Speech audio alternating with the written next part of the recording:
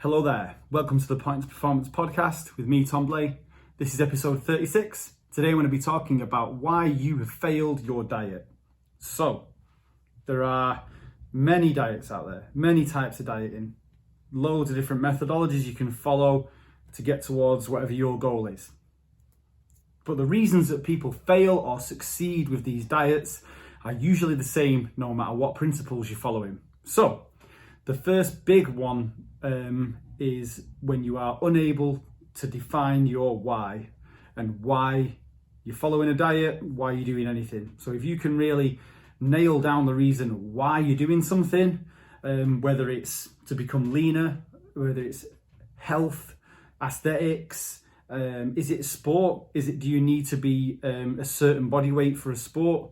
Do you want to put on muscle?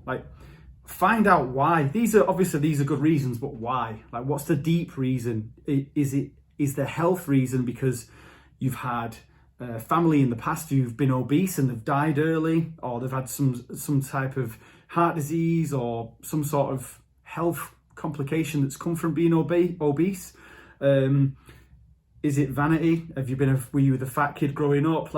Find out whatever that reason is, because it's really important, and you can use that reason as an anchor when things get really, really tough, when you get really calling on that discipline.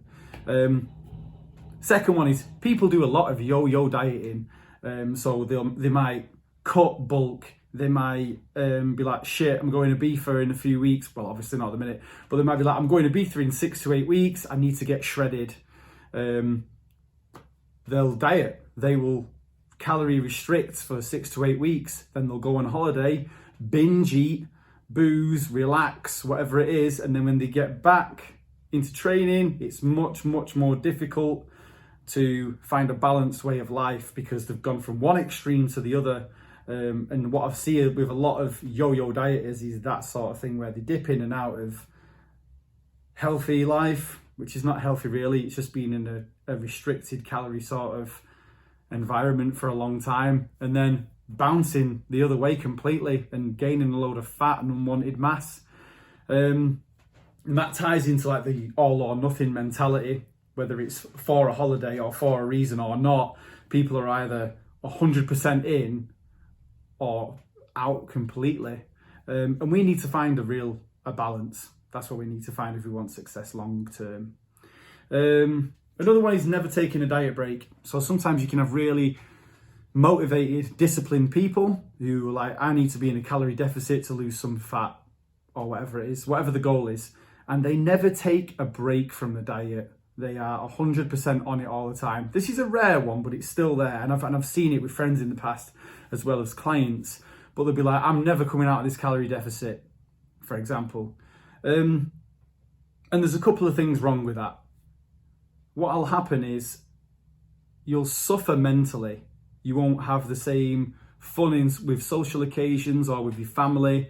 And especially in a calorie deficit, you can end up lowering your metabolism. And that basically means your output in training, in life, will be lowered because over time you've been in that calorie deficit, your body's clever and it will slow you down because it's not getting as much energy.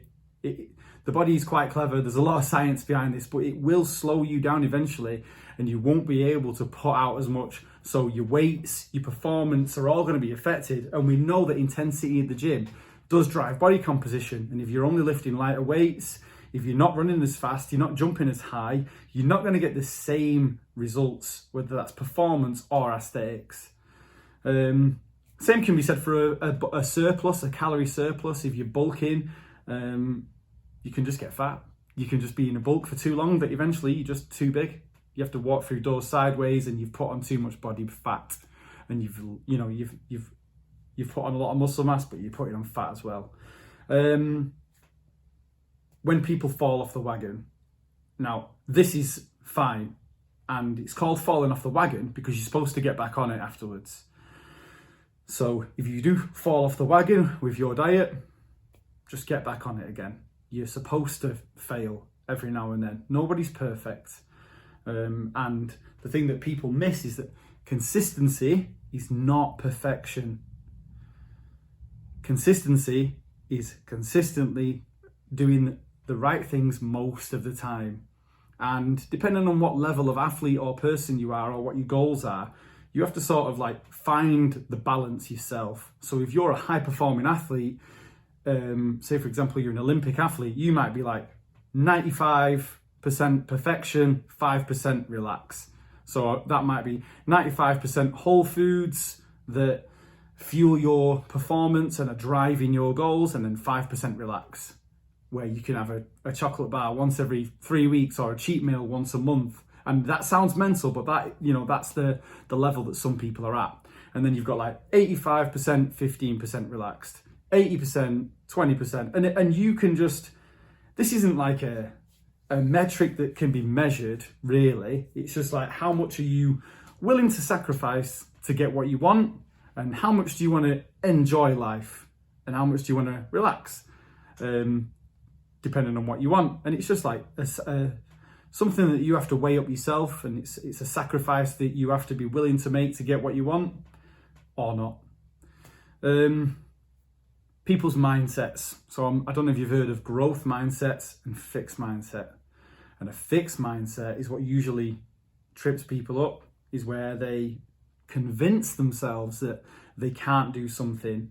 And when people yo-yo diet and they see that they put a load of weight back on, they believe that they're a failure. They're like, I failed, I'm a failure, I'm shit, I'm never going to get lean, I'm never going to be where I want. And they're in that fixed sort of mindset, and it's a real struggle to get out of that and start adapting a growth mindset. I'll talk about that one in another video. So all these issues and all these problems and all these reasons why you might fail a diet, I hate saying that, might fail a diet, all come down to that you're lacking consistency. So you try for the all or nothing mentality, for example, you're trying to be 100% to zero. You're trying to be 100% perfect. Nobody can keep that up all the time. Nobody can sustain that level all the time, unless you're getting paid millions and millions of pounds to do so. And even then, but nobody can sustain that. Nobody can be consistent with that. So it might look great on paper, but try keeping it up for 2 weeks, 3 weeks. It's not going to happen. So you need to find something that you can be consistent with. Is that 80, 20%? Is it 85, 15%? What is it? Find that first. So consistency isn't perfection. It's consistently working. And if you fall off the wagon, consistently getting back on it. It's like progress, not perfection. And I think people get that mixed up. Like, that to be consistent, you're not going to be perfect. And that's it, really. There's a lot of other things that come into it, but these are the main ones. I've not gone into social or relationship sort of peer pressure that you can get from home. These are mainly the things that are on you. These are mainly the things that affect your mentality and how you approach dieting, without looking at external factors such as your work life, family life, stress, if you come home and your partner's drinking beer every night and stuff like that. But that's what I'm going to do in the future.